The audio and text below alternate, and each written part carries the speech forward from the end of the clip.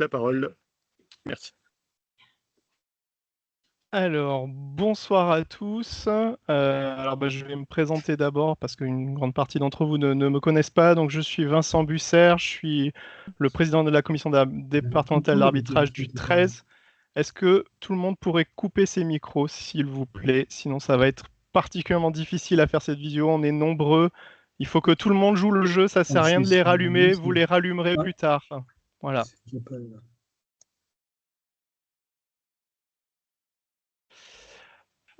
Du coup, je poursuis. Donc, je suis président de la commission d'arbitrage du 13 et je suis membre de la commission régionale d'arbitrage. Et c'est à ce titre que je vais vous faire cette présentation aujourd'hui. Alors, j'excuse la présence d'Olivier Sias, hein, le président de la commission régionale d'arbitrage, qui n'est pas là. Voilà, en tant que bon juge-arbitre, il a mis une fiche de pénalité il n'y a pas très longtemps et ce soir, en fait, il a été convoqué par la Commission fédérale des litiges pour cette fiche de pénalité. Donc, il ne pourra pas être avec nous. Il viendra peut-être à la fin de la réunion. Donc, je vous propose qu'on attaque. Donc, l'objet de la réunion d'aujourd'hui, en fait, c'est de vous présenter les nouveautés sportives, hein, donc les nouveautés pour vous qui êtes tous des JAE2. Alors, on va faire juste quelques petites excursions quelquefois sur du JAT, mais il y aura une réunion spécifique pour les JAT qui aura lieu plus tard. Donc, ceux qui ont la double qualification, vous aurez une autre session, je crois, au cours du mois d'octobre, sur ce même type de format en visio. Alors, donc aujourd'hui, on va aborder essentiellement 4 parties. La première, c'est on va vous faire juste quelques rappels. Vous verrez, c'est très rapide et vous apprendrez globalement pas grand-chose, je pense. Ensuite, on va vous présenter les nouveautés fédérales. Et ensuite, quelques cas pratiques.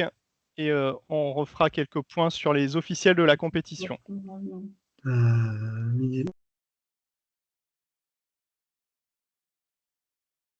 On va passer au rappel. Alors, j'ai quelques petites questions. Alors, évidemment, on est assez nombreux, on va pas pouvoir jouer le jeu donc des réponses, hein, des questions-réponses. En fait, on s'est dit que c'était intéressant de vous présenter, ces points-là parce que les joueurs vous questionnent très régulièrement quand vous êtes au bord des courses sur ce fameux classement. Donc, la première question, c'est quand est-ce qu'il est publié? Alors, ce classement, il est publié officiellement le premier mardi de chaque mois dans les applications, mais en fait, il tourne le lundi après-midi. Donc, ce qui veut dire que tous les matchs qui n'ont pas été saisis au lundi matin, ils seront forcément pas pris en compte dans la publication du classement du mois. Ensuite, il y a pas mal de questions souvent qui vous sont posées autour de cette descente au classement. Donc, je rappelle, il n'y a rien qui a changé. Hein, donc, un joueur peut descendre au classement et à partir du moment où il est descendu au classement, il ne redescendra pas une nouvelle fois avant 12 mois. Donc, voilà, donc typiquement, l'exemple qui est donné, c'est si un joueur descend en novembre 2024, il ne redescendra pas avant novembre 2025. Voilà, donc son classement sera bloqué à ce classement-là. Ensuite, une question qui est récurrente sur le classement des adversaires, en fait, qui sont pris en compte pour le calcul. Alors, il y a beaucoup d'idées reçues et de fausses idées. Donc, le classement fonctionnait différemment avant, hein, qui devienne comme aujourd'hui mensuel. Donc, aujourd'hui, c'est bien le classement au jour du match qui est pris en compte et ça restera comme ça sur tout le reste de la saison. Donc, on va prendre pour ça un exemple. Donc, un joueur qui est classé 15-5 le jour du match. Donc, le joueur aura une victoire à 15-5. Et même s'il monte 15-4, 15-3, 15-2 dans l'année, ça sera bien toujours une victoire à 15-5 qui va compter dans son palmarès pour les 12 prochains mois. Donc évidemment, là, on sent que c'est un cas un peu défavorable pour le joueur, mais on a aussi l'inverse, c'est-à-dire vous jouez un joueur qui est 4-6 le jour du match, en fait, si jamais il est amené à descendre, donc 5-6 les mois qui suivent, c'est la victoire à 4-6 qui va rester dans le palmarès du joueur. Donc en fait, voilà, souvent on entend une fausse idée qui dit c'est défavorable, mais en fait non, il y a forcément des cas favorables et des cas défavorables. Après, je vous laisse juge de la situation. Euh, alors, c'est des questions qui s'adressent plutôt à des juges arbitres de tournoi, mais on va quand même les effleurer parce que je trouve que c'est intéressant que vous, en tant que JAE, quelquefois, on vous questionne aussi sur ce qui se passe dans les tournois. Aujourd'hui, en fait, ce sont des notions qu'apporte la fédération, hein, qui a eu le mérite de clarifier tout ça, notamment cette fameuse évolution des classements au cours d'un tournoi. Donc voilà, donc je ne vais pas le détailler, ça sera vraiment détaillé lors de la réunion des JAT. Mais aujourd'hui, notre recommandation, c'est que les JAT mettent à jour dès que possible, hein, et on détaillera ça avec les JAT, dès que possible les classements, dès qu'ils sont publiés, que voilà, donc de trouver le bon cadre pour que en fait on mette à jour les classements et que les joueurs jouent le plus souvent possible avec leur classement à jour. Bon, ensuite, les deux autres questions, je ne vais pas forcément les détailler. Vous les aurez de toute façon dans le support de la présentation, je pense qu'il vous sera adressé dans les prochains jours. Donc voilà, je vous laisserai les regarder. C'est vraiment des questions qui concernent vraiment l'aspect tournoi. On passe à un autre aspect. Donc c'est à nouveau un rappel, hein, donc il n'y a rien de nouveau. C'est le certificat médical à l'inscription. Alors, pour ceux qui sont dirigeants, pour ceux qui ont plusieurs casquettes, donc vous savez qu'aujourd'hui un adulte n'a plus de certificat médical à fournir. Donc ça c'est voilà, c'est la loi qui l'a permis et la fédération a décidé d'appliquer cette loi. Ensuite, les licenciés donc mineurs, hein, donc les jeunes de moins de 18 ans, je vous rappelle qu'en fait ils ont la possibilité les parents ou les personnes exerçant l'autorité parentale ont la possibilité d'attester en fait qui remplissent non à toutes les questions du questionnaire de santé spécifique qui a été établi pour les mineurs. Donc ça dispense en fait de la fourniture d'un certificat médical. Il y a un point que voilà qu'on pense qu'il est intéressant de le préciser à l'oral, c'est dans le cas où un enfant serait dans le cas où il y aurait une réponse oui, et bien donc effectivement là les parents seraient amenés à présenter au club, hein, là on parle bien au club, un nouveau certificat médical de non-contre-indication à la pratique du tennis en compétition. Pourquoi j'ai mis ce slide? Parce que c'est pas forcément une réunion de dirigeants aujourd'hui, c'est une réunion de JAE, c'est pour le dernier point. Pour ce qui est en bas du slide, ce qui concerne le certificat médical de non-contre-indication à la pratique du tennis en compétition, que doit présenter un jeune joueur qui va jouer en catégorie senior. Alors, on a eu des litiges cette année lors des championnats seniors, des jeunes de 11-12 ou des 13-14 hein, qui sont amenés à jouer donc, au mois de mars, hein, donc, soit en régional ou en départemental. Et je vous rappelle que vous, en tant que JAE, si vous avez un 11-12 ou un 13-14 en face de vous, vous devez vérifier ce fameux certificat médical de non-contre-indication à la pratique du tennis en compétition, établi depuis moins d'un an et surtout signé par un médecin du sport. Voilà, donc ça c'est vraiment une contrainte, hein. L'idée derrière, c'est quand même d'aller protéger le joueur. Un joueur qui est 11-12 ans, qui va jouer en senior, c'est aussi voilà, que derrière la fédérale, l'objectif de cette règle, hein, c'est vraiment de vérifier que le jeune il a les capacités ou en tout cas qu'il n'a pas des blessures qui pourraient s'aggraver si jamais il est amené à jouer en senior. Donc il y a vraiment cette règle et donc ben voilà, veillez bien en tout cas à la respecter, en tout cas à le vérifier lorsque vous avez des jeunes qui se présentent en face de vous. Donc voilà, c'était juste deux petits rappels hein, donc sur le classement, ça c'est vraiment quelque chose à la mode, et puis ensuite hein, sur ce certificat médical. Je vous propose qu'on aborde les nouveautés fédérales. On prendra un temps de questions à la fin complètement de la présentation. Le but c'est que voilà, comme ça au moins on libérera ceux qui veulent partir. Donc voilà, donc je vais aborder les nouveautés fédérales. Alors la première, en fait, elle est plutôt marginale, on va dire. Donc on va parler des licences tout d'abord. Donc vous connaissez tous la licence multi-raquette, hein, là-dessus il n'y a rien qui a changé. La licence hors club dessous, qui est en fait la licence web, hein, qu'on appelle autrement. Après vous connaissez aussi la licence beach tennis et la licence padel.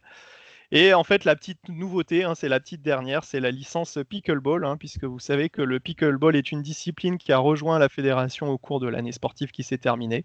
Et donc maintenant, elle a sa propre licence et donc il y aura les propres compétitions hein, de pickleball qui vont s'ouvrir.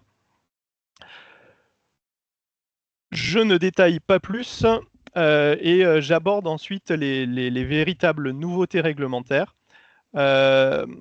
Donc à chaque fois, vous verrez, ce sont des extractions en fait des règlements sportifs de la fédération, hein. Vous savez, c'est le gros pavé là, qui est distribué au club. Et voilà, donc j'en ai fait en fait des copies d'écran. Sur ce slide, donc on va juste regarder donc le premier alinéa, donc celui-là, il n'a pas bougé. Donc on va évoquer la compétition orange. Je vous rappelle, la compétition orange, elle se joue sur un terrain orange, donc c'est-à-dire avec un terrain qui fait 18 mètres de long, avec un filet qui fait 0,80 mètres donc au centre, et puis elle se joue avec une balle orange. Là-dessus, rien n'a changé. Pour vous, c'est complètement comme avant. Et la balle orange. Ensuite, on a le troisième alinéa, c'est la compétition jaune. Donc, ça, c'est ce qui se passe chez les 11-12 ans, chez les adultes. Donc là, on joue sur le terrain jaune. Le terrain jaune, vous savez, c'est le terrain, le grand terrain, hein, le terrain standard, donc le terrain de 23 mètres 77, avec un filet à 0,914 et la balle dure, hein, donc c'est la fameuse balle jaune. Donc, ce qui est nouveau, en fait, c'est ce qu'il y a au milieu, c'est l'alinéa 2. Donc, ce que vous connaissiez, c'est le deuxième petit tiret. Donc, la compétition verte qui se jouait sur le grand terrain, donc le terrain de 23 mètres, et qui se jouait avec une balle verte et puis avec un filet à une hauteur normale, donc de 0,914 mètres. Et donc, la fédération a décidé de créer un nouveau terrain pour la compétition verte. Donc, ce sera un terrain un petit peu plus petit, donc un terrain de 21 mètres, et avec une hauteur de filet qui est cette fois-ci abaissée à 0,80 mètres, 80 cm. Voilà, donc c'est la même hauteur de filet que pour la compétition orange. Donc voilà, donc les deux possibilités donc existeront. Donc il faut savoir en fait que ce terrain de 21 mètres avec un filet plus bas ne sort pas de nulle part. La fédération l'avait déjà testé sur de nombreuses compétitions fédérales, hein, donc des TMC fédéraux et puis les fameuses compétitions par ligue hein, qui se déroulent régulièrement. Et il s'avère que l'expérimentation est plutôt positive, hein. Les jeunes apprécient plutôt bien ce type de format. Donc la conséquence de ça, c'est que, donc là je déborde, mais en fait, les tournois pourront se dérouler en U10 vert suivant l'un ou l'autre de ces terrains, on va dire, hein, puisque c'est le terrain qui bouge. Excusez-moi, je coupe les micros qui sont plutôt compliqués. Voilà. Et aussi, il y aura peut-être des conséquences sur les championnats par équipe U10 vert. Voilà, donc là, c'est de la responsabilité de chaque comité de les organiser. Donc, chaque comité décidera le format dans lequel ils décideront de jouer. Donc, soit le 21 mètres, soit le 23 mètres 77. Donc, voilà. Donc ça, je laisserai chaque comité communiquer au moment où les inscriptions seront ouvertes pour ces compétitions. L'autre nouveauté principale, c'est que jusqu'à présent, la compétition, on parle bien de compétition homologuée, hein, donc elle concerne la Galaxy Tennis, donc c'est des enfants qui ont 8, les enfants qui ont 8 à 10 ans. Ces enfants sont de niveau orange, niveau vert, hein, donc ça maintenant tout le monde est habitué à ça. Et l'année dernière, exceptionnellement, certains 7 ans pouvaient participer à ces compétitions de 8 ans, 9 ans et 10 ans. Bon, cette année, en fait, on va décaler d'un an, c'est-à-dire que les 7 ans pourront automatiquement prendre part aux compétitions orange et vert. Et c'est les 6 ans, certains 6 ans, exceptionnellement, sur dérogation, qui pourront être amenés à jouer de la compétition homologuée orange et vert. Donc, évidemment, donc cette évolution sera applicable à toute forme de compétition, hein, donc que ce soit des tournois dans les clubs, hein, donc les tournois U10 Galaxy, ou maintenant aussi des championnats par équipe. Donc pour faire simple, hein, donc ça veut dire que quand les championnats par équipe U10 verts auront lieu, il pourrait y avoir des enfants qui sont 7 ans verts et ils auront tout à fait le droit de participer à ces championnats. Donc on élargit un petit peu la base des compétiteurs chez les enfants. Ensuite, on arrive à la principale nouveauté, hein, c'est le plus, on va dire, ce qui sera le plus marquant, je pense, pour tous quand vous sortirez de cette visio. On va s'intéresser cette fois-ci aux enfants, donc les enfants de moins de 10 ans qui sont de niveau orange. Donc vous le savez, aujourd'hui, il n'y a aucune hiérarchisation dans ces enfants. Voilà, les oranges, ils sont oranges voilà, qu'on soit le meilleur du comité de la ligue, on sera aussi bien classé que n'importe quel autre joueur voilà, qui débute. Donc l'idée de la fédération derrière cette nouvelle règle, c'est d'essayer de créer une hiérarchisation chez les enfants. Alors comment ça va se passer? Donc pour ça, en fait, la fédération a créé une 5e série. Donc vous connaissiez la 2e, la 3e, la 4e série. Maintenant, il y en aura une 5e. Et dans cette 5e série, en fait, la fédération a créé 2 nouveaux classements, qui sont le classement 42 et le classement 41. Ces classements-là ne s'appliqueront qu'aux enfants de moins de 10 ans. Donc ne venez pas nous dire mince, j'ai gagné un match en étant non classé, je ne suis pas passé 42. Ça ne s'applique pas aux adultes, ça ne s'applique pas aux jeunes de 15 ans, ça s'applique qu'aux enfants qui sont de couleur orange, donc de la galaxie tennis jusqu'à 10 ans. Donc il va y avoir en fait des passages de classement qui sont automatiques. Donc un enfant au début, voilà, qui débute la compétition, il est non classé. Après, il va gagner des matchs, donc voilà, il va en gagner 4. Et ces 4 victoires vont l'amener à passer au classement 42. Voilà, au bout de sa 8e victoire, il va passer de 42 à 41. Et au bout de sa 12e victoire, il va passer de 41 à 40. Voilà, ça va permettre en fait de créer une sorte de hiérarchie chez les Oranges dans les tournois, donc en premier lieu, mais aussi du coup, par conséquence, dans les championnats par équipe. Donc en fait, voilà, avant, dans les championnats par équipe, les capitaines faisaient ce qu'ils voulaient quand ils avaient des enfants orange. Et maintenant, il y aura une sorte de hiérarchisation qu'ils seront obligés de respecter. Évidemment, le 41 sera numéro 1 par rapport à un 42 dans l'équipe. Donc ça, c'est plutôt évident. Un autre petit point intéressant à souligner, c'est que la notion de classement 41 et 42, en fait, sera acquis. J'ai vu qu'il y a des questions, mais on les prendra un petit peu plus tard. Donc voilà. Donc la notion de classement 41 et 42, en fait, elle va être acquise tant qu'ils sont dans la galaxie tennis. Donc on va prendre un exemple. Un enfant, il a 7 ans, il devient 42 parce qu'il a gagné 4 matchs. Et en fait, il va garder au moins ce classement 42 jusqu'à ce qu'il ait quitté la galaxie, donc jusqu'à ce qu'il ait 11 ans. Voilà, c'est ce qui a écrit en fait dans le dernier. Donc à condition qu'il garde sa licence, mais du coup, ça va lui permettre de garder sa licence sur. Il va garder ce classement-là sur toutes ces années Galaxy Tennis. Je passe au transparent d'après. On est toujours dans la Galaxy Tennis, on est toujours chez les enfants qui ont moins de 10 ans. Vous le saviez, c'est pas une nouveauté. Les enfants qui sont verts ou orange, ils ont la possibilité éventuellement d'aller jouer en balle jaune, d'aller faire un tournoi ou un championnat par équipe U12, par exemple. Ils ont tout à fait cette possibilité, mais avant, on imposait en fait qu'ils soient 33. C'est-à-dire qu'ils aient un niveau suffisant pour pouvoir aller jouer en balle dure sur le grand terrain. Donc la fédération a décidé cette année d'abaisser ce niveau. Donc aujourd'hui, un enfant qui sera 34, il aura la possibilité d'aller jouer un tournoi donc, avec des plus grands sur de la compétition jaune. Voilà, donc la seule différence, c'est qu'avant, on était sur du 33, maintenant le seuil, ça sera à 34. Je fais un petit point rapidement du coup sur les classements que vous avez vus. On a créé une 5e série. Bon, voilà. Ce qui est important de préciser pour vous qui êtes juge arbitre, c'est que le classement 42, 41 et le classement 40 comptent le même nombre de points en fait dans un classement de double. Donc ça c'est pour pas créer et étendre la pyramide des classements en double. Bon, pour vous globalement, je pense que ça n'aura pas d'impact puisqu'aujourd'hui un championnat par équipe U10 c'est un simple et deux doubles, donc on n'a pas forcément besoin de hiérarchiser les doubles. Mais en tout cas, voilà, sachez-le, ça crée, voilà, c'est au même niveau. Donc un 1,42, il aura 18 points dans son poids d'équipe de double. Les modifications principales sont de l'autre côté de la pyramide, sont cette fois-ci pour les joueurs qui sont très bien classés.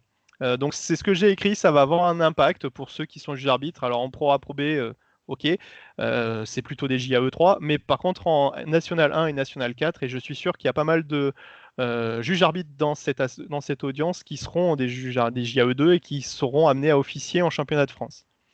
Donc là, en fait, avant, à -7, en fait, on avait à -7 de poids, hein, on avait tous les joueurs qui étaient première série. Et donc là, la fédération a créé en fait 4 niveaux de hiérarchisation. Et en fait, je vous laisserai regarder, mais en fait, on a -7 points pour un joueur qui est classé entre la 200e et la 300e place mondiale à l'ATP. Voilà, donc ça va du coup avoir un impact, hein, surtout pour la Nationale 1, où en fait on risque d'avoir donc des joueurs qui auront des classements de double un petit peu différents qu'il va falloir calculer par rapport à leur place. Donc je vous rassure, hein, donc le classement sera indiqué sur leur attestation licence et sur TNUP et tout ça, ça va ensemble.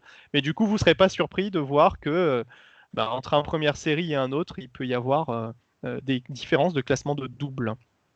Et j'attire votre attention sur le dernier échelon, le classement -10. Donc ça, il sera attribué en fait aux vainqueurs de Grand Chelem et aux vainqueurs des finalistes de Masters ATP. Donc voilà, donc c'est quelque chose voilà qui semble voilà qui va avoir un impact, hein. Par exemple, un Nicolas Mahut pourrait se retrouver avec un classement -10 dans ces championnats-là. Je vous propose qu'on passe au transparent d'après. Je ne vais pas insister beaucoup là-dessus et je ferai référence à la réunion des spécifiques sur les JAT qui auront lieu. Là, on parle de tournois, donc on parle de juges-arbitres qui participent à leur propre tournoi. La règle n'a pas changé, donc je vous le fais simple. Aujourd'hui, un juge-arbitre a le droit de participer au tournoi qui juge arbitre, à la condition qu'il ne participe pas au tableau final. Voilà, je simplifie un peu tout ce qui est écrit. Cette règle, elle existait déjà l'année dernière. Là, elle a changé. Enfin, là, elle n'a pas changé, pardon, excusez-moi, elle n'a pas changé. Le seul truc, c'est que l'année dernière, Moja ne s'était pas adapté, donc c'était pas possible pour les juges arbitres de participer. Maintenant, ça sera le cas. Je passe vite, voilà, sur ce point-là. Et enfin, dernière question aussi qui est un petit peu à la frontière du périmètre de la réunion de ce soir. Là, je parle de championnat individuel par série. Donc, vous connaissez tous les championnats 4e série, les championnats 3e série. Donc, la fédération a décidé d'unifier, on va dire, sur toutes les ligues, le classement de référence qui va permettre l'inscription des joueurs dans ce championnat individuel 4e série. Et donc, ce classement de référence sera celui du mois de septembre. Donc, c'est le classement qu'on a eu là, le 5 septembre, je crois. Et c'est ce classement-là en fait qui fera référence sur toute la saison sportive, hein, jusqu'à la fin. Donc voilà, donc un joueur par exemple qui était 31 en septembre, même s'il monte 30 en octobre, et ben, il pourra participer au championnat 4e série. Donc voilà, de la phase 1, de la phase 2, voilà, il pourra même faire les championnats de France s'il est qualifié à l'issue de la phase régionale. Voilà, donc ça c'est ce qui est écrit sous la petite puce. Voilà pour les nouveautés fédérales. Donc, il n'y a pas grand-chose. Vous avez vu, ça concerne essentiellement la Galaxy Tennis. Ça concerne beaucoup les Orange, on va dire. Les autres évolutions sont assez moindres.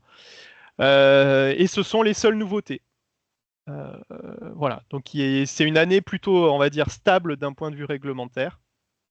Et ben, je pense qu'on va s'en satisfaire. Ça permet de bien consolider, voilà, d'éviter ces changements permanents qui ne sont pas forcément faciles pour vous qui êtes au bord des terrains.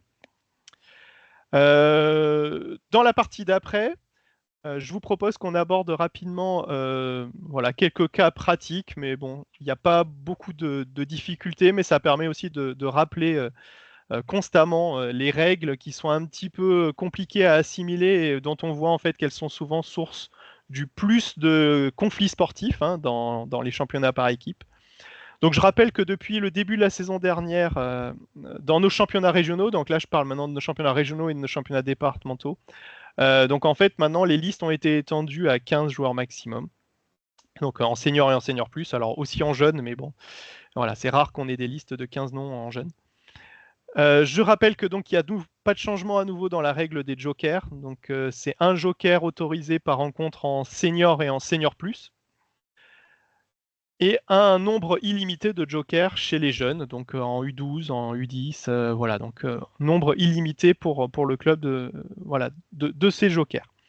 Je rappelle ce que c'est un joker. En fait, un joker, il doit avoir un classement, donc au jour de la rencontre, inférieur ou égal à celui du moins bien classé des joueurs brûlés de la liste. Et il faut évidemment qu'il soit qualifié. Donc la conséquence de ça, c'est que par exemple, dans les championnats senior plus, hein, qui vont démarrer dans quelques jours, donc il y a 3 joueurs qui sont brûlés par équipe. Voilà, puisqu'il y a 3 simples, donc 3 simples, 3 joueurs brûlés. Et donc, du coup, si un joker veut pouvoir jouer donc dans la rencontre, il devra avoir un classement inférieur ou égal au moins bien classé des 3 joueurs qui auront la petite flamme sur T-Nup. Voilà, c'est pas très compliqué. Et les deux classements, donc le classement du joker et le classement du joueur brûlé, s'apprécient au jour de la rencontre. Donc voilà, donc si le joueur bouge au jour de la rencontre, le joueur numéro 3 par exemple bouge, et bien en fait ça va bouger avec. On a un exemple juste après. L'autre règle intéressante, donc ça a été une volonté aussi d'assouplir les contraintes qui pèsent sur les clubs en ce qui concerne le juge arbitrage des rencontres. Donc en championnat départemental, la règle elle est en vigueur depuis l'année dernière, elle n'a pas changé. Le JAE peut être joueur de son équipe sans en être le capitaine, hein. Donc c'est quand même bien d'avoir distingué le juge arbitre et le capitaine quand même.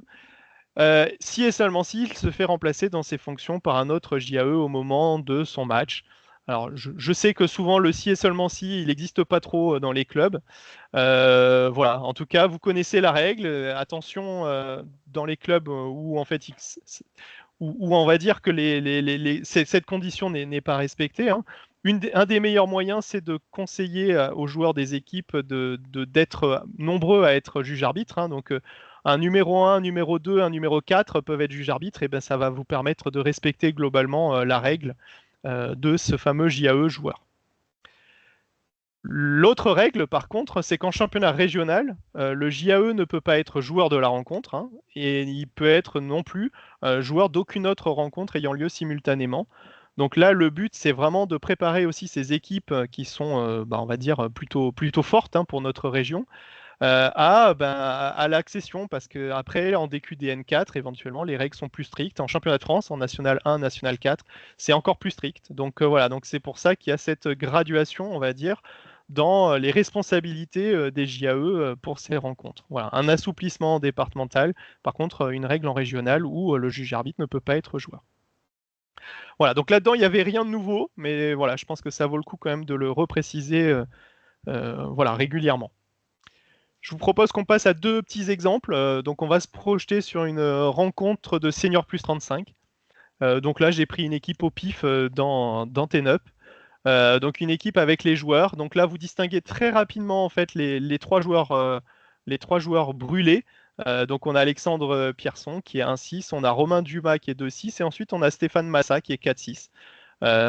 Donc en fait, c'est bien donc les joueurs qui étaient les 3 mieux classés au moment de l'inscription de la liste. Après, les choses, elles ont bougé, hein, voilà, les joueurs sont montés, sont descendus. Et donc les 3 joueurs brûlés, ce sont bien ces 3 joueurs-là. Donc le classement maximal du Joker le jour de la rencontre, hein, donc la règle dit bien que c'est le moins bien classé, le classement équivalent au moins bien classé des 3 joueurs brûlés. Donc là, en l'occurrence, le moins bien classé des 3 joueurs brûlés, c'est Stéphane Massa. Donc un joker, il devrait être 4-6 ou moins. Voilà, 4-6, 5-6, 15 et ainsi de suite, vous l'avez compris. Donc voilà, on ne va regarder que les 3 joueurs brûlés. On prend le plus faible classement et c'est ce classement-là qui devient la référence, le maximum, on va dire, pour ce joueur joker. Ensuite, un autre petit exemple, on s'est dit on va prendre aussi un exemple chez les championnats jeunes. C'est vrai que c'est rare, on n'insiste pas souvent chez les championnats jeunes. Bon, vous verrez, ça marche pareil. Donc là, une autre équipe prise complètement au hasard. Avec Alice Diac, hein, qui est 5-6, Élise Vivien, qui est 15, et Élise Garret, qui est 15-3. Donc ces 3 joueuses, donc il n'y en a que 2 hein, qui sont brûlées, puisque je vous rappelle, on est sur du championnat jeune, c'est 2 simples, 1 double, donc 2 simples, ça fait 2 joueurs brûlés. Donc là, vous les distinguez rapidement, hein, c'est Diac et Vivien qui sont brûlés. Donc le joueur joker qui voudrait rentrer en fait dans cette composition d'équipe, il devra être donc inférieur ou égal au moins bien classé des joueurs brûlés, donc c'est-à-dire Vivien 15. Donc aujourd'hui, un joker, il peut être 15, 15-1, 15-2 et ainsi de suite. Il ne pourra pas être mieux que 15. Ensuite, une petite question, voilà, donc l'équipe se présente avec Alice Diac, hein, donc la joueuse qui est 5-6, et une autre joueuse qui est classée 15-4, hein, parce que Vivien et Garé n'étaient pas disponibles. Est-ce que vous autorisez que cette équipe joue, hein, donc est-ce que cette composition d'équipe est conforme au règlement? Et donc là, la réponse sera oui, hein, puisqu'en fait, la joueuse qui arrive, c'est une joueuse 15-4, donc elle respecte bien la règle du joker. Il n'y a pas de souci particulier. Donc voilà, donc ça, vous devez laisser jouer. Ensuite, on a une autre question cette fois-ci. Donc, cette même équipe, elle se présente cette fois-ci avec deux joueuses hein, qui sont 15-4 et 31. Donc, aucune des trois joueuses de la liste n'était disponible. Voilà. Hein. Donc, du coup, on arrive avec 15-4 et 31. Est-ce que cette composition d'équipe, elle est conforme au règlement? Donc là, à nouveau, on va se poser la question du joker. On l'a déjà vu ensemble. Donc, ces deux joueuses sont moins, moins bien classées que 15. Pardon. Donc, il n'y a pas de souci. Et donc on est chez les jeunes, et chez les jeunes, on est sur un nombre illimité de jokers. Et donc du coup, on va laisser jouer cette rencontre. Il n'y a pas de problématique là-dessus. Voilà, donc on a bien deux joueuses qui sont considérées comme des jokers. Et donc il n'y a pas de problème chez les jeunes.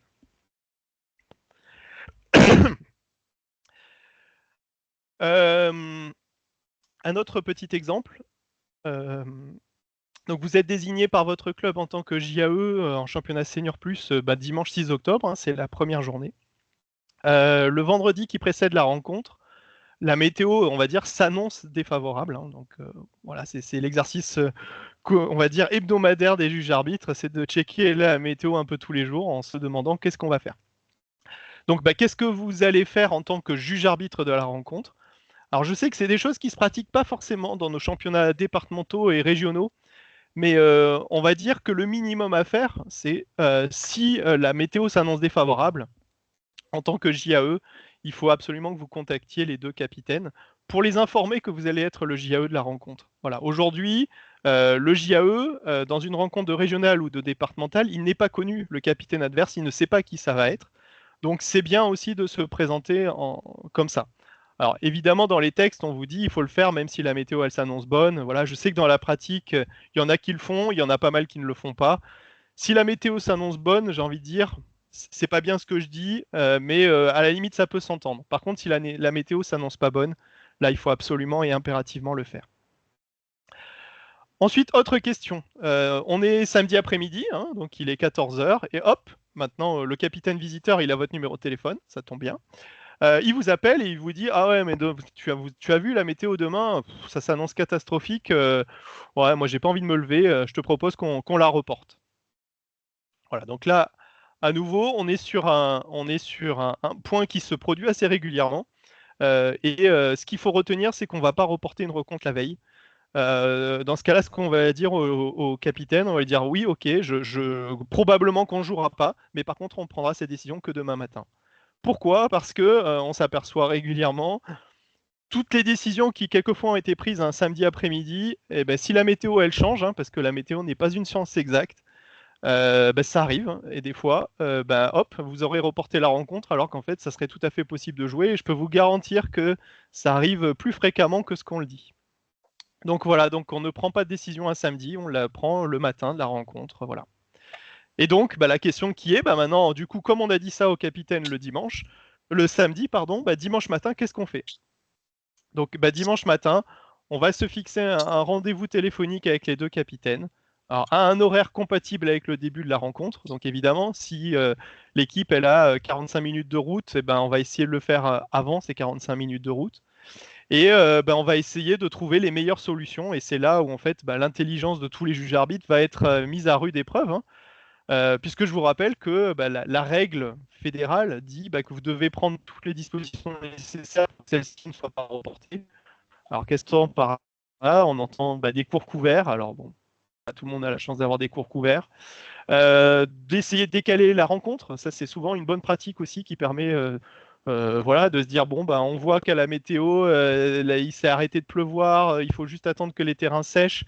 Et hop, on va se fixer un nouvel horaire de début de rencontre, pourquoi pas 11h, pourquoi pas 11h30, j'en sais rien, à convenir avec tout le monde. Et je profite, c'est ce qui est écrit dans la parenthèse, pour rappeler à tout le monde, en fait, la règle, hein, la seule règle qui existe là-dessus, c'est si la rencontre n'a pas démarré, bah, normalement, vous ne devez pas démarrer une rencontre plus tard que 13 heures pour une rencontre qui devait débuter le matin. Voilà, donc c'est-à-dire que, en gros, si vous dites à un capitaine, on la joue à 14 heures, ce capitaine a le droit de refuser et de dire, bah non, moi, j'ai pas envie de jouer à 14 heures, voilà, parce que la rencontre va peut-être finir trop tard. Voilà, c'est ce que dit la règle. Moi, je vous recommande quand même de vous fixer une heure limite de décision.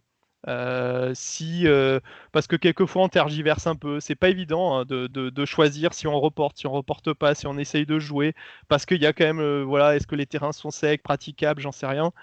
On reste sur la compétition amateur. Ma recommandation, et je pense qu'elle sera partagée par un bon nombre, c'est qu'à un moment donné, on peut aussi dire stop. Voilà, on a fait tout ce qu'on pouvait, il est 11h, il est 11h30.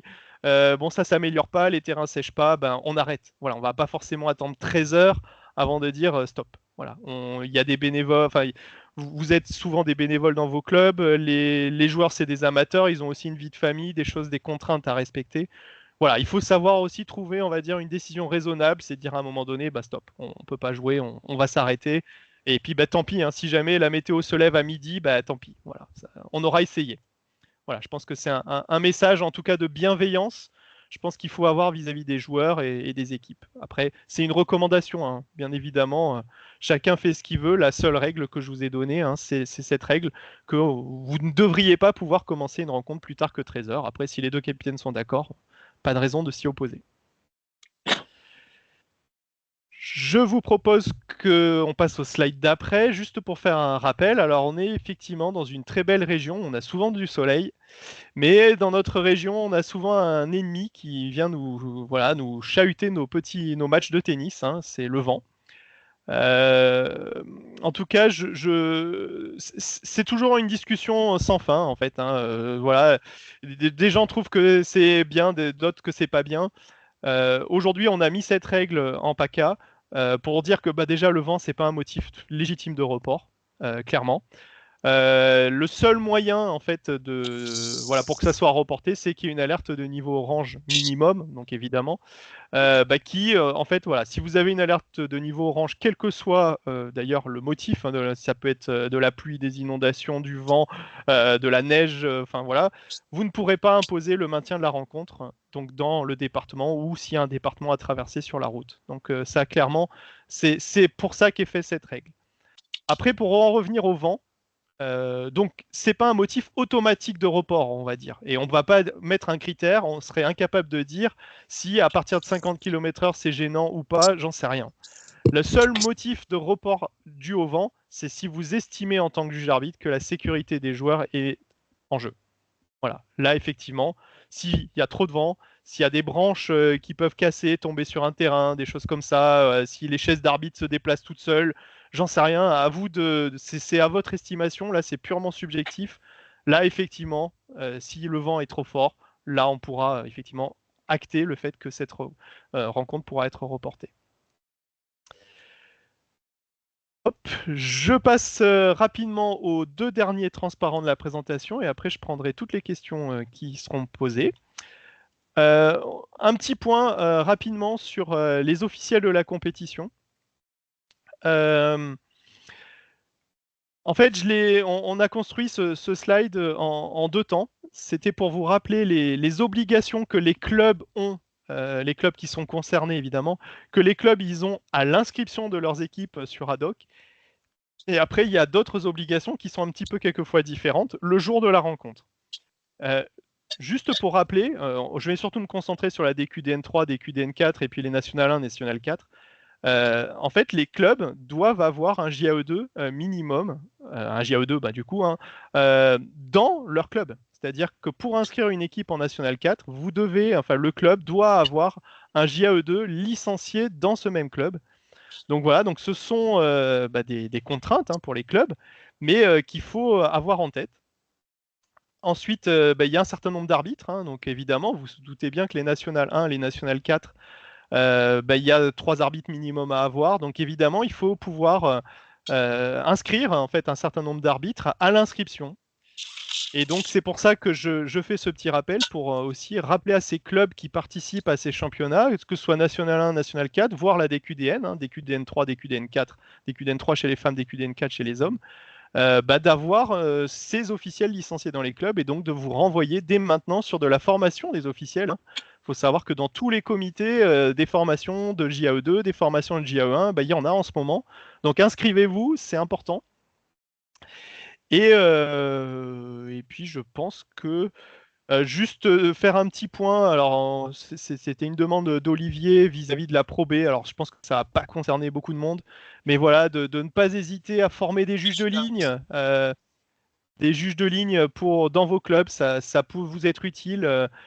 C'est une qualification qui existe, donc qui est en dessous du A1 et qui permet après d'aller officier en Pro B. Donc là, il y a eu récemment d'ailleurs, je crois, une sollicitation pour que les gens puissent postuler sur ces événements et également après dans vos tournois, par exemple, si vous avez un tournoi où ça joue à négatif à la fin, c'est bien aussi de les faire jouer. Voilà, j'en ai fini de ma présentation. Et j'ai vu que Olivier avait levé la main, donc je vais lui laisser la possibilité de faire le commentaire qu'il souhaite. Olivier Sias, vas-y, je t'en prie. Bonsoir.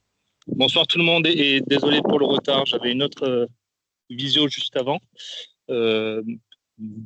Merci à Vincent d'avoir œuvré sur cette com. Moi, comme j'ai pas écouté le début, mais j'ai lu le PowerPoint, je sais que c'était très bien, on en a parlé. Je voulais rebondir sur la dernière diapo parce qu'on essaie de faire de la com sur la formation d'arbitrage. Donc là, je m'adresse vraiment à tous les clubs. C'est pas juste de la Pro B, hein. On est vraiment sur tous les clubs qui font du DQDN, qui sont amenés ensuite à faire du DN4, DN3, DN2, DN1, parce que Pro A, Pro B, à la rigueur, ils sont plutôt sur la recherche d'arbitres et de juges de ligne. Il y a une aide qui est faite par la Ligue, et donc ça va. Mais vraiment, tous les clubs qui jouent en championnat de France, n'attendez pas le mois d'avril pour dire « Ah, j'ai pas d'arbitre. Il va falloir que j'aille en chercher à gauche, à droite. Il va donc peut-être falloir que je paye plus pour avoir tel ou tel. » Enfin, on arrive à des aberrations de ce style-là. L'année dernière, j'avais déjà essayé de faire une sensibilisation sur ça. Ça n'a pas eu trop d'écho. Donc, je le redis. Profitez de vos tournois, profitez de vos championnats par équipe, profitez de plein de choses pour former des juges de ligne derrière. Ce sont potentiellement des arbitres de chaise qui vont passer le 1 parce que du coup, comme ils ont fait juge de ligne, ils se disent tiens, je vais continuer, ça va me plaire. Donc j'aime bien cette phrase, mais je dirais que juge de ligne, c'est la conduite accompagnée pour faire de l'arbitrage. Et puis derrière, le A1, ça va potentiellement être quelqu'un qui va faire du A2. Et donc là, on arrivera sereinement à avoir des championnats de France avec des arbitres qui ont cette qualification. Je voudrais juste rappeler aussi que le règlement autorise des A1 en championnat de France, mais que techniquement, un A1 sur des 0 ou des moins quelque chose, de source sûre, voire sur dur, c'est une aberration. C'est juste une souplesse pour éviter des forfaits, mais prenez bien conscience, et vous le voyez bien, que quand vous avez des jeunes arbitres ou des 1 sur la chaise, ça ne suffit pas. Et que souvent, qu'est-ce qui se passe derrière ?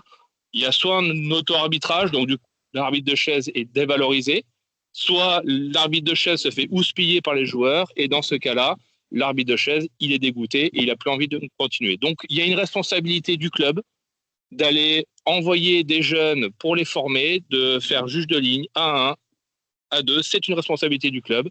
C'est une responsabilité des enseignants aussi.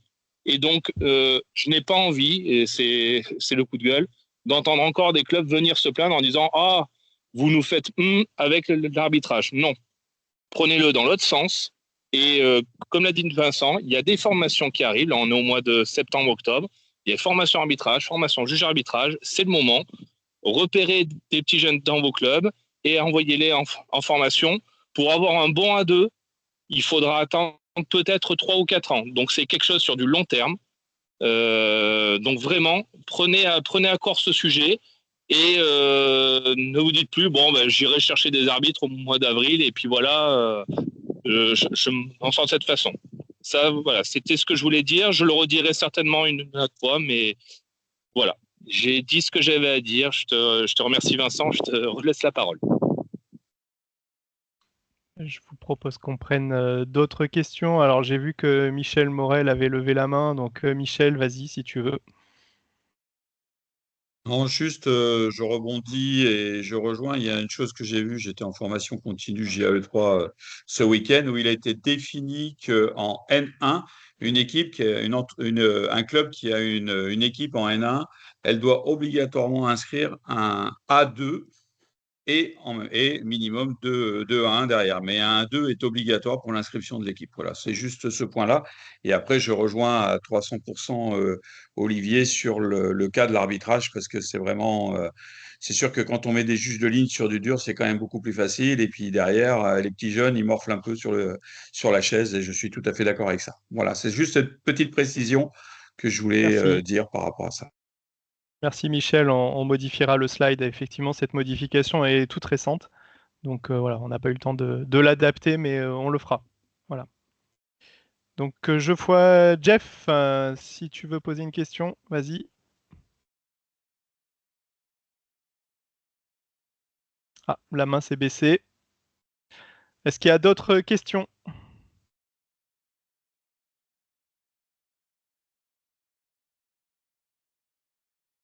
Là, tu m'entends, Vincent? Oui, vas-y, on t'entend. Juste pour revenir sur mes deux collègues qui n'ont dit que des vérités, à propos de l'arbitrage, le seul petit détail, c'est qu'on parle beaucoup de jeunes. Alors, ça dépend ce qu'on entend par jeunes, parce que vous avez dans les clubs des gens qu'on ne peut pas plus qualifier d'ados, mais qui seraient susceptibles de faire d'excellents arbitres. Donc, s'il y a quelqu'un qui tourne entre 30 et 50 ans, pourquoi pas leur ouvrir la porte? Voilà, c'est un petit détail. Après, j'aurais une autre question, mais qui concerne plutôt le classement. Eh ben, je t'en prie, je fais ta réponse, mais en fait, la formation, elle est ouverte à tout le monde, hein. Donc voilà, Voilà. Olivier disait ça dans une optique, parce qu'en fait, un jeune, si vous lui mettez le pied à l'étrier très tôt, bah, peut-être qu'il va se prendre au jeu. Et voilà, comme il dit, c'est un investissement sur 4-5 ans. Voilà. Mais effectivement, on peut avoir ce même raisonnement sur quelqu'un de 30 ans, il n'y a pas de problème. Il va se Voilà. prendre au jeu ou il va être dégoûté tout de suite, parce que s'il est asticoté dès son plus jeune âge. Alors, il y a autre chose aussi qui se fait beaucoup aux États-Unis. Je ne sais pas pourquoi on ne le fait pas un peu en France. Il m'est arrivé de le faire une ou deux fois. Proposer, alors il y a l'arbitre sur la chaise, mais parfois les joueurs, alors ça se passe plutôt chez des négatifs, voire les premières séries, ils s'arbitrent eux-mêmes, et en cas de litige, c'est l'arbitre mais sur la chaise qui tranche. Mais en France, ça ne se fait guère, et c'est peut-être dommage, je ne sais pas. C'est une possibilité supplémentaire d'arbitrer des matchs. On prend compte. Vas-y, Olivier. Ouais, sur le premier point, quand je disais jeune, c'est profiter des écoles de tennis du mercredi pour détecter des jeunes qui seraient susceptibles de venir arbitrer ou faire des lignes. C'était dans ce sens-là. Mais évidemment, comme on l'a dit, la formation est ouverte pour tout le monde.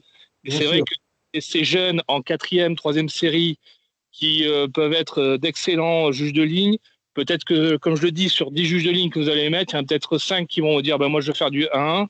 Et puis au bout d'un an, il y en a peut-être que 1 ou 2 qui va faire du A2. Mais c'était ces jeunes-là qu'on peut cibler dans les écoles de tennis. C'est pour ça que je disais, il y a une responsabilité du club et des enseignants d'aller viser ces jeunes-là. Mais forcément, si vous avez des personnes intéressées à tout âge, ou presque, on va dire, mais oui, effectivement, mais c'était dans ce sens-là. Quand je parle, parce que ce que je veux dire, c'est comme les compagnies. Si vous voyez ça, en fait, dans les écoles, ça s'adresse à qui? Ça s'adresse aux jeunes. Parce qu'après, derrière, on se dit que bon, il n'y a peut-être plus besoin, mais vous pouvez très bien faire la conduite accompagnée, c'est à tout âge, en fait.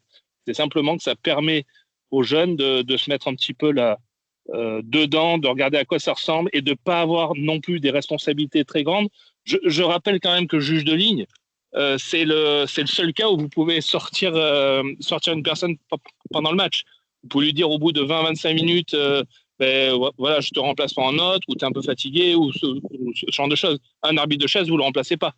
Il faudra un cas extrême pour pouvoir le remplacer. Donc c'est pour ça que, juge de ligne, on ne prend pas quelque part un gros risque au début, on met vraiment le pied à l'étrier, et donc c'est ça qui permet des fois de donner envie. Sur le deuxième point, la supervision, elle existe sur des divisions. Vous avez le DQDN qui le pratique pour les championnats de France. De mémoire, il doit y avoir les championnats de France Senior Plus, où je crois qu'il y a aussi le principe du superviseur. Il doit y avoir le championnat de France de tennis entreprise, où en fait on donne le choix d'avoir soit 2 arbitres, soit un superviseur. Un superviseur, alors c'est pas tout à fait ce que tu as dit, hein, je comprends ce que tu dis. Un superviseur, c'est quelqu'un qui regarde le match, qui observe, et qui effectivement, si à un moment donné il y a un souci, peut monter sur la chaise pour arbitrer. Après, ce dont tu parles, toi, ça serait une personne qui irait sur la chaise, qui simplement regarde un match et qui n'intervient que s'il y a un problème. Ça, en fait, c'est ce qu'on a, nous, c'est ce que peuvent faire des arbitres, par exemple, quand ils regardent un petit peu un match et à un moment donné, ils pensent que ça va plus, ils peuvent aller sur la chaise et faire cette activité de superviseur. Mais je comprends ce que tu dis, elle n'est pas forcément officielle, elle est pas encadrée encore. On est entre l'arbitre de chaise et le superviseur.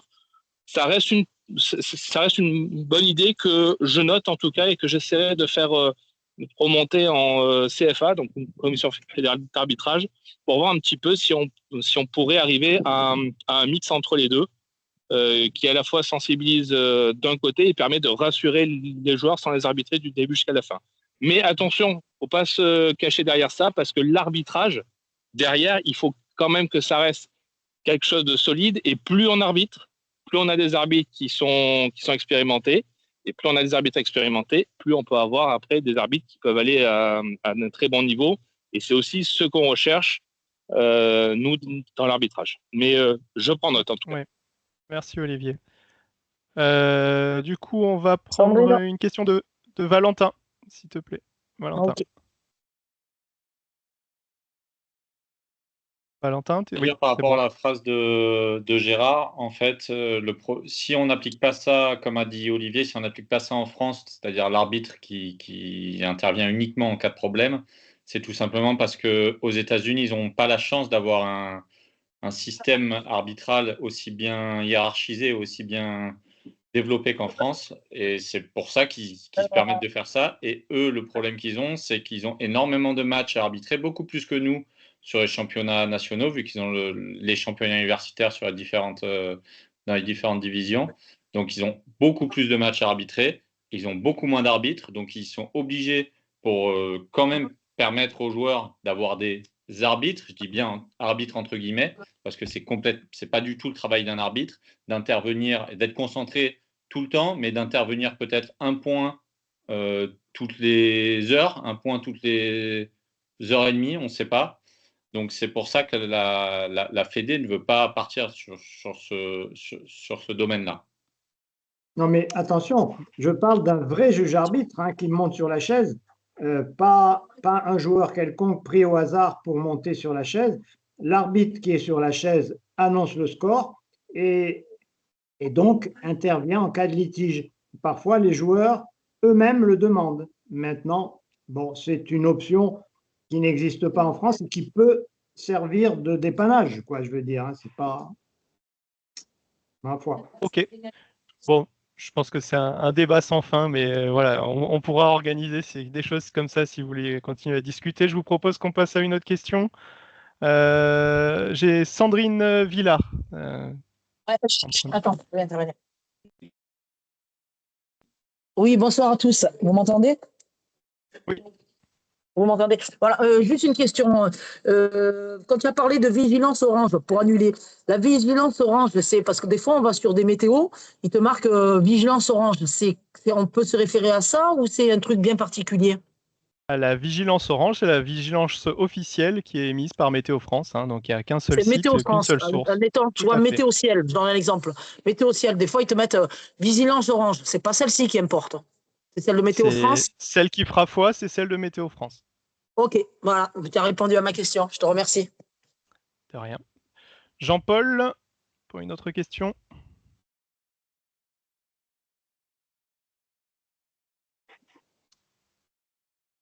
Jean-Paul, tu es avec nous? Tu as tout coupé, tu peux peut-être l'activer. Sinon, pour Bon. en revenir au vent, en attendant Vas-y. Jean-Paul, c'est vrai qu'en tennis, dès qu'il tombe 3 gouttes, les matchs sont arrêtés. Et s'il y a force 4 ou force 5, on va jouer au tennis. C'est amusant. Je suis plutôt d'accord avec cette observation. Après, c'est vrai que voilà, c'est la notion de danger n'est pas la même. Voilà. Je rebondis 10 secondes sur ça. S'il y a des juges arbitres qui nous entendent, ne vous laissez surtout pas influencer par des joueurs qui, quand ils tombent 3 gouttes, vous disent « Ah, il faut stopper ». On prend le temps. S'il faut attendre un quart d'heure, une demi-heure, une heure, c'est valable. Vincent, on avait une question de Olivier.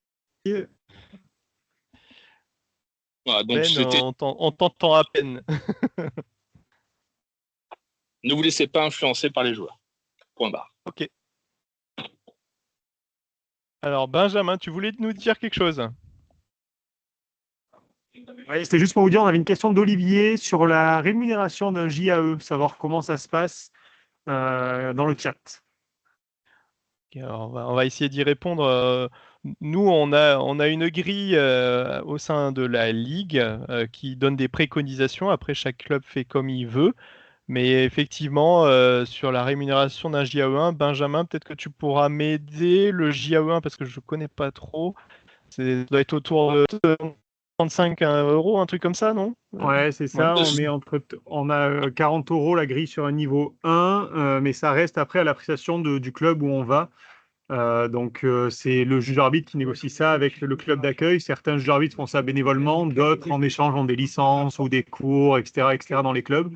Et d'autres se font indemniser. Nous, la Ligue, la recommandation est de 40 € pour un niveau 1 et 50 € pour un niveau 2. Ben, 5 € de plus cette année sur la grille qui a été mis sur le dernier truc où il y a les calendriers et le tarif. Il y a 5 € de plus. Du coup, 45 et 55. Parfait, merci Olivier. Ce ne sont Donc, pas les clubs. vous pourrez. Pardon. Non, ça c'est ce que la Ligue défraie les officiels, mais donc ça donne, voilà, on va dire un standard. C'est ça. Après, ça peut être plus, ça peut être moins. C'est chaque club fait ce qu'il veut, mais au moins ça vous donne voilà, le standard que la Ligue donne au juge arbitre qui est officier. Il y a une question de Pélissane qui a disparu. Alors, Vincent, ouais. juste pour information, j'ai mis la grille de recommandation de la Ligue pour les rémunérations dans le chat, si jamais quelqu'un voulait la regarder. Merci Antonin.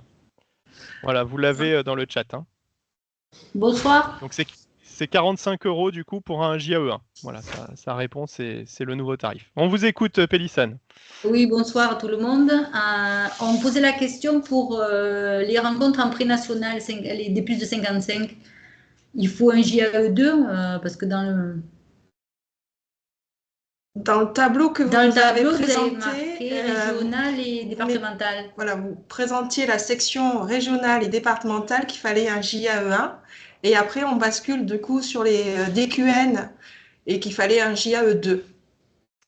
Alors, donc la règle, elle est normalement valable pour tous les championnats régionaux. Hein. Donc, si vous êtes en championnat régional plus 55, normalement, cette règle s'applique.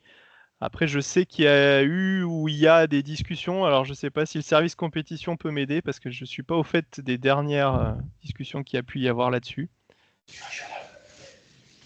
Non. Benjamin, Antonin, pas plus que ça. Je suis là, Vincent. Tu peux me... En championnat régional plus 55, est-ce que la règle du JAE non-joueur s'applique? Benjamin, on t'entend très très moyen. C'est pas la question. Non, c'est pas ça la question, Vincent. Tout ça régional. Vincent? Oui.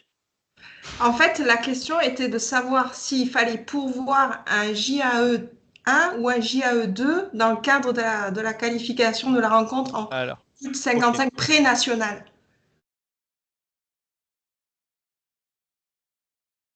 Benjamin? C'est un JAE, hein, je sais pas. C'est du JAE 1 en senior plus, je sais pas si vous m'entendez.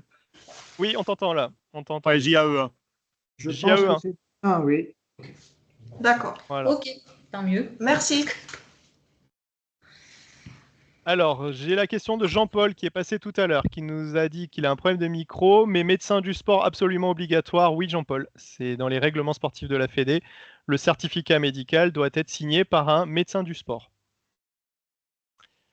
Est-ce qu'il y a d'autres questions?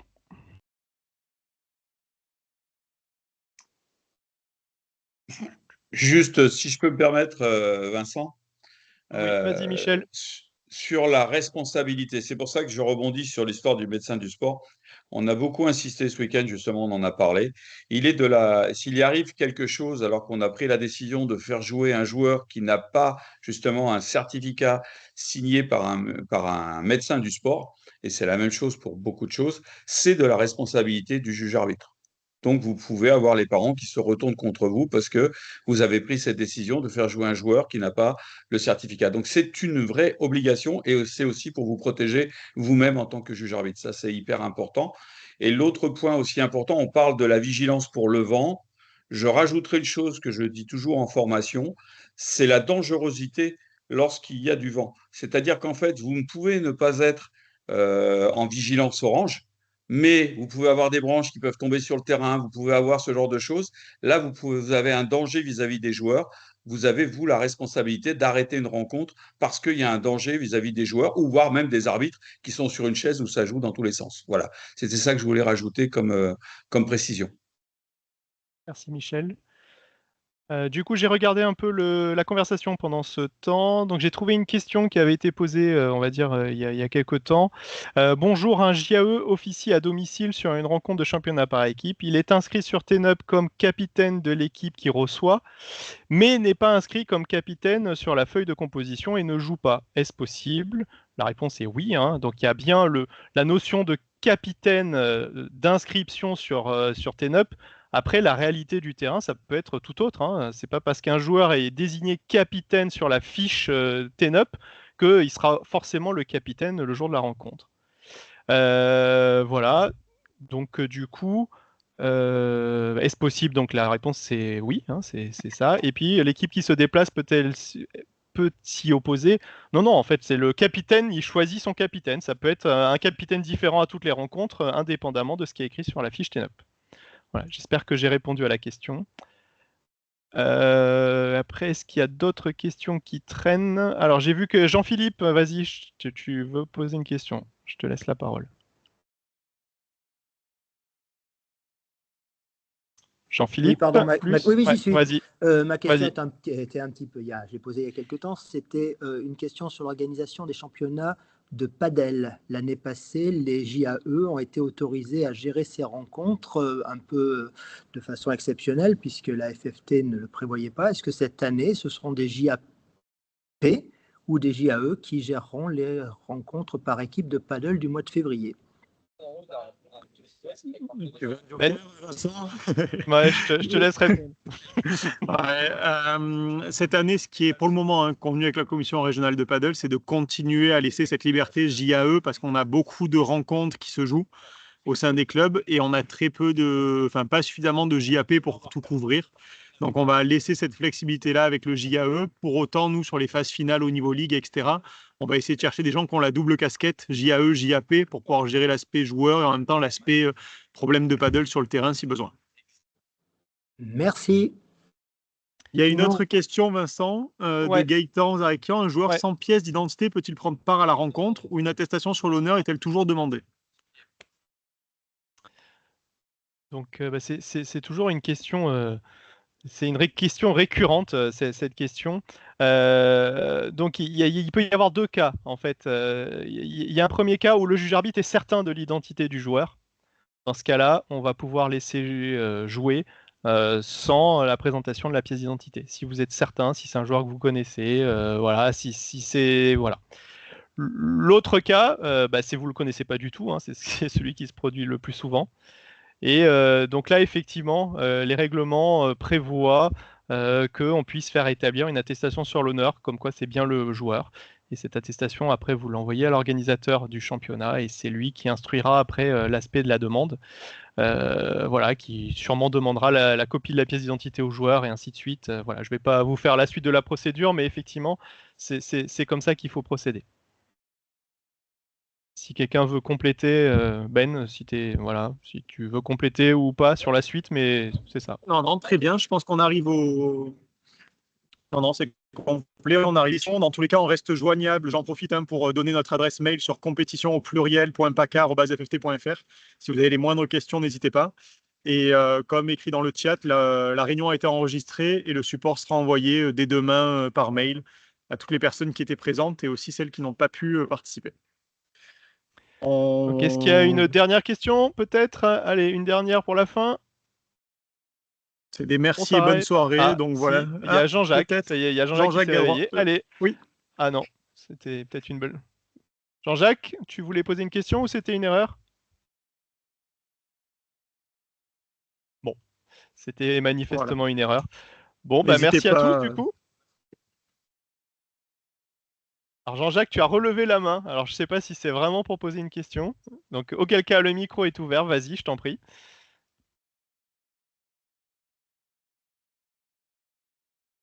Bon.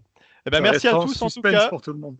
Voilà, c'est ça. Merci à tous. Bonne soirée, bonne saison et bon championnat. Hein. Les Seniors Plus commencent bientôt. Et voilà, donc bon courage à tous et merci pour le travail que vous faites pour que toutes ces compétitions par équipe se déroulent. Voilà. Olivier, si tu veux dire un dernier mot, et puis ça sera tout bon. Ouais, mais écoutez, j'ai pas vu. Combien de personnes étaient là ce soir dans la vision? 150 à un moment, je crois. Génial. Non, c'est monté jusqu'à 170. Merci Vincent. Je suis le comptable. Un grand merci à Vincent Busser et puis à tous ces relecteurs. Franchement, c'est bien.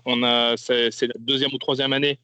Je ne sais plus comment on fait ça, mais en tout cas, voilà, ça permet d'avoir des échanges entre juges arbitres. Ne pas hésiter à tous ceux qui sont encore dans la visio. Nous sommes présents, nous sommes là. Il y a le service compétition qui est là, Benjamin, Antonin, Benoît. Il y a vos présidents de CDA. Il faut vous appuyer dessus. Je suis là aussi. Donc voilà, quand vous avez des interrogations, des questions, voilà, au lieu que des fois ça traîne, ça reste, profitez de ces moments, profitez de nous interpeller. Il n'y a aucun problème, on le fait. Et voilà, je suis très content qu'il y ait autant de personnes ce soir pour présenter un petit peu ces nouveautés. On vous souhaite de très bons championnats et de très bons tournois à tous. Je voudrais poser une question. Allez, avant la fin de la réunion. On prend. Pendant les journées de championnat, est-ce qu'il est possible, si on a un problème, de joindre quelqu'un? Parce que bon, moi j'ai eu un petit souci, une question à poser concernant l'Open des Cantons. J'ai appelé la personne qui était référente et j'ai pas eu de retour, j'ai pas eu d'appel. Donc si le dimanche on a un problème, est-ce qu'on n'a pas un téléphone où on peut joindre quelqu'un pour nous aider dans notre décision ou pas? Alors, du coup, il y a plusieurs questions dans ta question, parce qu'en fait, ça va dépendre déjà du championnat en lui-même. Là, tout à l'heure, tu as évoqué un championnat qui est typiquement du 13, qui ne se fait pas sur tout le territoire de la Ligue. Donc là, la préconisation, c'est d'appeler le responsable du championnat. Après, voilà, il fera ce qu'il pourra pour, en tout cas, vous répondre. Après, sur les championnats, on va dire, plus... les championnats régionaux, hein, donc quand on fait nos seniors plus, nos championnats seniors, effectivement c'est une proposition, c'est une idée qu'on a déjà eue, alors je suis pas sûr qu'on soit prêt à la mettre en place, mais c'est quelque chose qui existe sur les championnats de France et qu'on pourrait peut-être essayer de décliner un jour. Ben ouais, parce que des fois on est bloqué, on ne sait pas, justement, pour la carte d'identité, si les gens n'ont pas, Moi, ce que je fais, c'est qu'une semaine avant, j'envoie au capitaine en lui me présentant, je suis un juge arbitre, et je leur rappelle qu'ils doivent fournir la licence et la carte d'identité le jour de la rencontre. Mais bon, s'ils viennent sans, voilà, l'attestation. Tout à fait. Bien. Ok. D'autres questions de dernière minute? Non, c'est bon. Martine, j'ai vu que tu as levé la main, c'était peut-être pas fait exprès, mais si tu veux, le micro est toujours ouvert, même si, voilà.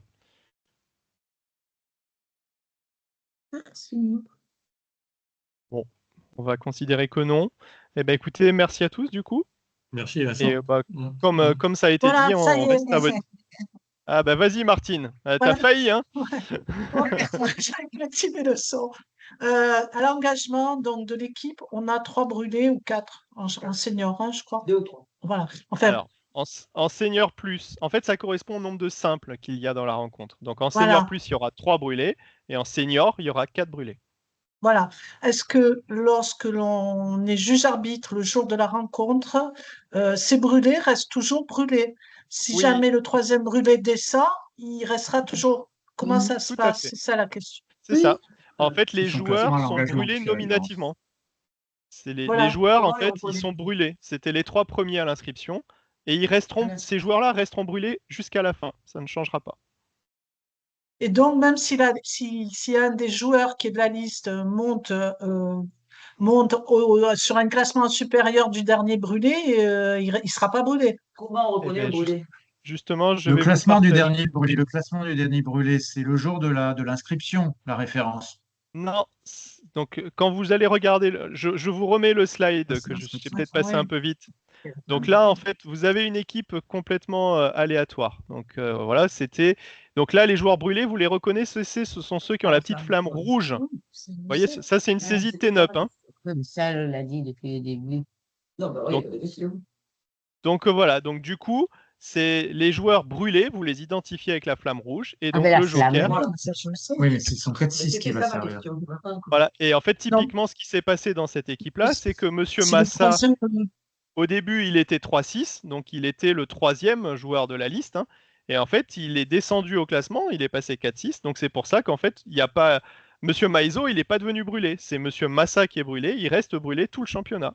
Donc il est descendu avec sa flamme rouge. Moi j'ai compris, ce que je ne savais pas, c'était la flamme. Donc en fait, s'il est remplacé, c'est par quelqu'un qui est de son classement ou inférieur, mais son classement le jour de la rencontre, pas le jour de l'inscription. Non, le classement au jour de l'inscription, on ne le connaît plus. Donc tout se fait au jour de la rencontre. Le jour de la rencontre. Donc le joueur joker, c'est son classement au jour de la rencontre, et le joueur Monsieur Massa, s'il n'est pas là, il se fait remplacer, bah, c'est le classement de Monsieur Massa au jour de la rencontre. Voilà. Parce que si Monsieur Massa remonte 3-6 au classement du mois d'après, eh ben, ça sera 3-6. Voilà. D'accord. Merci. Ok, ben, merci. Le joker, c'est quelqu'un qui passe sur la liste. Merci.